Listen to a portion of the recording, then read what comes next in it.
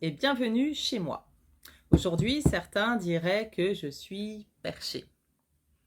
Mais en 2010, j'étais salariée dans le monde des grandes entreprises, dans des secteurs particulièrement sous tension. Donc oui, le monde réel, je le connais bien. J'ai vécu le harcèlement moral à répétition, le burn-out à répétition, et tout va sans que qui que ce soit ne l'ait identifié, ni les médecins, ni les thérapeutes, et moi-même, je faisais comme si tout allait bien. Mais j'ai fini par découvrir comment sortir de ce cercle vicieux, et je dirais même des carcans de notre société. Et j'ai décidé de devenir moi-même, de vivre la vie que j'ai toujours voulu depuis toute petite, en étant libre, en étant femme entrepreneur qui change la vie des gens au quotidien. Dans un moment, je vais t'expliquer comment j'ai réussi à vivre cette transformation. Mais juste avant, laisse-moi me présenter. Je suis Beya Zergin, entrepreneur, coach, artiste, autodidacte. Et aujourd'hui, j'accompagne les femmes dirigeantes ou entrepreneurs qui ont un profil qu'on appelle HP, haut potentiel. Et tu as déjà certainement entendu ce mot et heureusement, on en parle enfin. Je suis entrepreneur, je fais de l'accompagnement depuis 2012. J'ai accompagné des centaines, des milliers de personnes à changer de vie.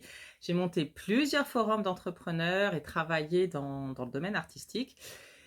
Et cette vidéo, elle est destinée à toutes les femmes qui ont une belle carrière, qui en apparence ont tout ce qu'on peut rêver d'avoir et qui sentent qu'au fond, quelque chose ne va pas, qui sentent qu'elles doivent changer quelque chose dans leur vie sans vraiment savoir quoi, qui ont des rêves enfouis, qui ont même oublié qu'elles avaient des rêves. Et ça, c'est super triste. Parfois, quand on a ce profil, quand on est une femme intelligente, performante, qu'on a toujours suivi ce que la société nous disait de faire, et qu'on évolue dans un milieu professionnel qui est très masculin, on a le sentiment de passer à côté de soi-même. On finit par se résigner, on se contente de ce qu'on nous donne, on n'a plus confiance en rien, ni en soi, ni en la vie, ni aux gens, ni en la société. Et on donne une image, mais intérieurement, on sait que ce n'est pas qui on est vraiment, qu'on porte un masque, et c'est épuisant. On finit par se sentir à plat, et parfois même au fond du gouffre. J'imagine que ce n'est pas la première fois que tu vois ce genre de vidéo. Mais je veux que tu saches que si tu n'as pas encore réussi à passer le cap, ni à sortir de la situation douloureuse dans laquelle tu es, ce n'est pas de ta faute. Ce n'est clairement pas de ta faute. J'ai moi-même vu et vécu de nombreuses choses avant de vraiment comprendre comment m'en sortir. Il y a beaucoup d'experts, beaucoup d'informations disponibles qui sont pas toujours exactes. Si tu te dis que tu ne peux juste pas changer de vie, que tout est figé, si tu as ce sentiment de résignation, je veux simplement te dire que je suis passée par là, moi aussi, et que tu peux le faire. Tu peux le faire, tu as juste besoin d'être accompagné par la bonne personne. Les grandes entreprises et plus globalement notre chère société patriarcale n'ont pas intérêt à avoir une société pleine de femmes épanouies comme moi, qui décident simplement de vivre leur vie selon leurs propres termes. Ils nous font croire qu'en tant que femme, on devrait s'estimer heureuse d'avoir pu nous hisser en haut de la société. Moi, je suis là pour te dire que c'est faux. Être soi, c'est se confronter aux autres, c'est être rejeté tout le temps, partout, par tout le monde. Être moqué, être sous-estimé. Être soi, c'est se battre, s'endurcir. Il faut de la force, du courage dans une société qui formate, qui uniformise. Et si tu as des rêves, si tu veux vraiment être heureuse et être toi-même, il va falloir se confronter à toute cette adversité. Et c'est pour ça que je suis là. Et je vais t'expliquer comment j'ai réussi à le faire. Et comment toi aussi, tu peux le faire. À quoi ressemblerait ta vie si tu pouvais juste arrêter d'être triste, de te libérer de tes peurs, avancer sereinement, stopper toutes ces pensées en boucle qui t'empêchent d'avoir un bon sommeil. Si tu pouvais simplement être en paix. Et pourquoi pas apporter ta pierre, ta vision, ton talent au monde. Et si tu pouvais contribuer à changer le monde grâce à ton talent. C'est ce que je vis aujourd'hui. Mais ce n'a pas toujours été comme ça. Du plus loin que je me souvienne, j'ai senti comme un décalage, mais depuis la maternelle. Les sujets des enfants de mon âge m'ennuyaient, seuls ceux des adultes m'intéressaient. Alors, je ne comprenais pas pourquoi les enfants ne comprenaient pas ce que je disais, et je ne comprenais pas pourquoi les adultes ne voyaient pas ce qui était évident, quoi, du bon sens, de logique, à mes yeux, bien sûr. Et je me suis sentie adulte dans un corps d'enfant. C'est un peu bizarre. Cela s'ajoute au fait d'être une fille. Et c'est clairement pas réservé à mes origines maghrébines. Juste le fait d'être une fille. Une petite fille bien sage, ne dit pas de gros mots. Petite fille sage, joue à la dinette. Petite fille sage, travaille bien à l'école. En seconde, je savais que je voulais être journaliste. Les profs m'ont mis dans une autre barque. À partir de là, je ne savais plus quoi faire. Je me suis laissée aller, guider. De toute façon, ils ont décidé à ma place, qu'ils continuent de décider. Pour être heureuse, on nous disait qu'il fallait faire de grandes études, avoir un bon métier, être cadrée. Pouf, c'était bon, comme par magie. Et j'ai commencé à travailler en tant que salariée dans des grandes entreprises. Et là, je suis entrée dans un cycle qui se répétait sans cesse. Harcèlement moral, démission, refus de CDI, ensuite du repos, et hop là, rebelote. Et on recommence dans une nouvelle entreprise.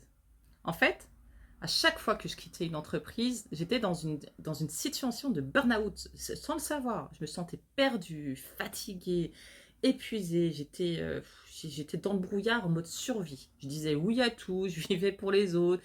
J'étais fatiguée de vivre pour les autres. Et j'avais surtout secrètement un rêve. J'aimais depuis toute petite découvrir l'histoire de vie des gens. Alors que ce soit en écoutant les adultes, en lisant des livres ou en créant les miennes.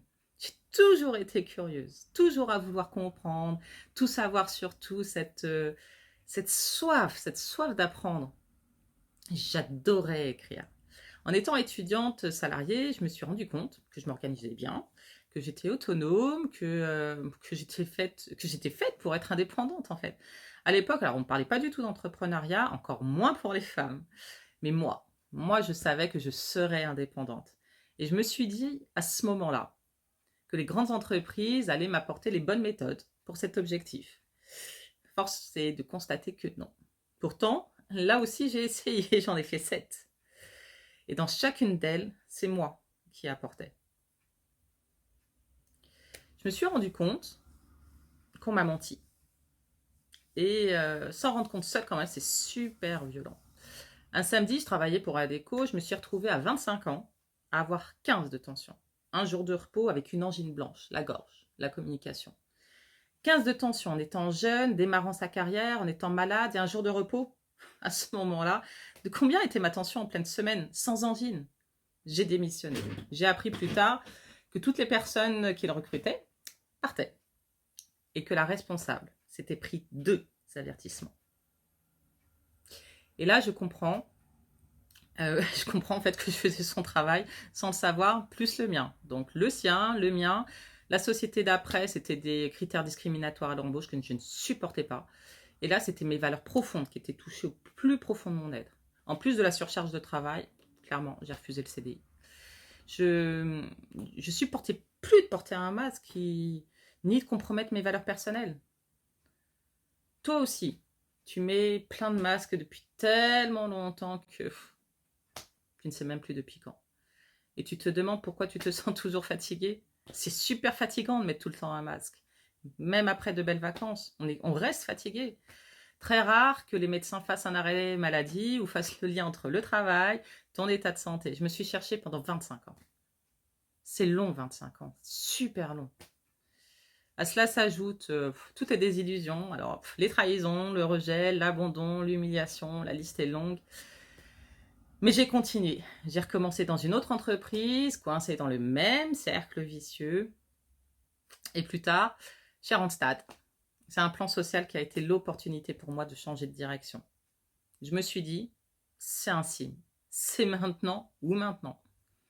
Et j'avais compris que toute ma vie, on m'avait menti. Les longues études, le CDI dans une grande entreprise, ce n'est pas du tout la clé du bonheur et du succès. j'étais quand même anxieuse à l'idée de me lancer. Un jour, un ami me rend visite à l'agence et me dit, au pire, qu'est-ce que tu risques? Et il avait raison. J'ai passé 3 jours à travailler sur le dossier sur ma demande de départ. Mon poste n'était pas supprimé. J'ai demandé à partir et le service RH m'appelle pour que je me prépare à un an. À la place de leur dossier de 2 pages, j'ai envoyé un classeur avec tout le projet dans les moindres détails alors que j'étais pas formée à l'entrepreneuriat. Et c'était oui.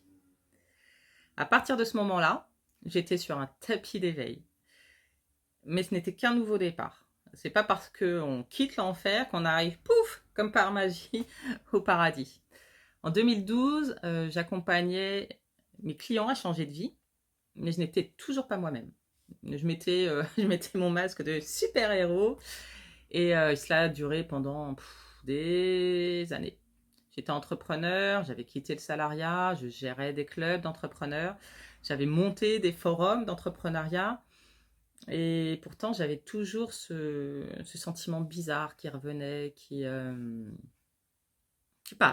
tout le temps là. Je me sentais toujours pas réellement, je me sentais toujours pas à ma place.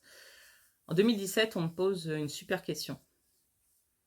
Est-ce que ce que vous faites, c'est vraiment ce que vous voulez faire? Bah, j'ai commencé à me remettre en question. J'ai quitté mon job, j'avais fait un grand saut, mais est-ce que j'étais vraiment là où je voulais être? En 2018, j'ai pris conscience que j'étais complètement à côté de moi-même. Je ne pensais pas vraiment à moi-même. J'ai accompagné beaucoup de gens, mais j'avais clairement confiance en moi, parce que franchement, il en fallait pour faire ce que j'ai fait. Et qu'est-ce qui m'a manqué alors? Et j'ai mis toutes mes connaissances, toutes mes capacités au service de l'autre, sans compter. Allez, cadeau. Et moi, je me suis complètement oubliée. C'est ce qui m'a mené à l'épuisement. Pendant 42 ans, j'ai vécu à côté de ma vie.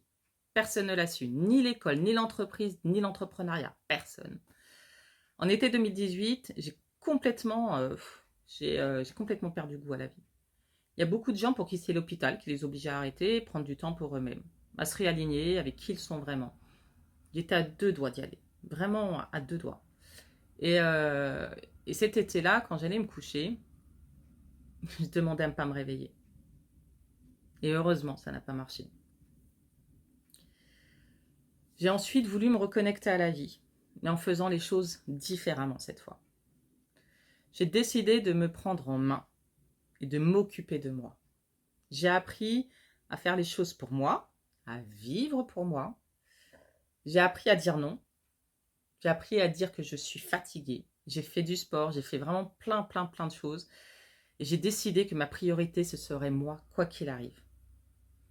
J'ai pris les nouvelles de certaines clientes que j'avais accompagnées les années précédentes et j'ai vu qu'elles avançaient bien et qu'elles avaient de super résultats. Et j'ai décidé de m'accompagner comme moi, j'ai accompagné mes clientes. Pendant tout ce temps, en réalité, je m'occupais d'abord des autres. Voilà. Depuis que je suis petite, tout le temps, je m'occupe des autres. Aujourd'hui, je vis une vie complètement différente. Je me sens mieux que jamais. Je continue d'apporter cette même transformation à mes clientes. Je suis frustrée de voir que beaucoup trop de gens qui passent à côté de leur vie, ça me frustre et ça me rend triste. Comme moi, on m'a fait passer à côté de la mienne. Et je veux pas que d'autres vivent ce que j'ai vécu. Ce mois-ci, je cherche 5 personnes à accompagner. C'est peut-être toi, la prochaine. Je n'ai que quelques places disponibles. Je ne travaille pas avec tout le monde. Et durant les prochains jours, j'ai prévu du temps dans mon agenda pour échanger personnellement avec toi et voir si je peux t'aider. On va échanger pendant à peu près 1 heure. On fera ensemble le point sur ta situation actuelle et les prochaines étapes pour que tu reprennes espoir. Et ça, c'est super important pour moi, de reprendre espoir. 1 heure de consultation gratuite avec moi. Et ce sera certainement l'heure la plus importante de l'année que tu passeras au téléphone. À la fin de cette heure, si j'estime que je peux vraiment t'aider et que tu es le genre de cliente avec qui j'ai envie de travailler, Je vais te montrer à quoi ressemble de travailler avec moi. Et je te proposerai de devenir une des 5 personnes que je vais accompagner. Dans le cas contraire, tu seras quand même gagnante. Tu repars avec plus de clarté sur ta vie personnelle et professionnelle. Il suffit de cliquer sur le bouton qui est pouf, juste en dessous et réserve ton créneau avec moi. Et de réserver ton créneau avec moi. Et je te dis à tout de suite.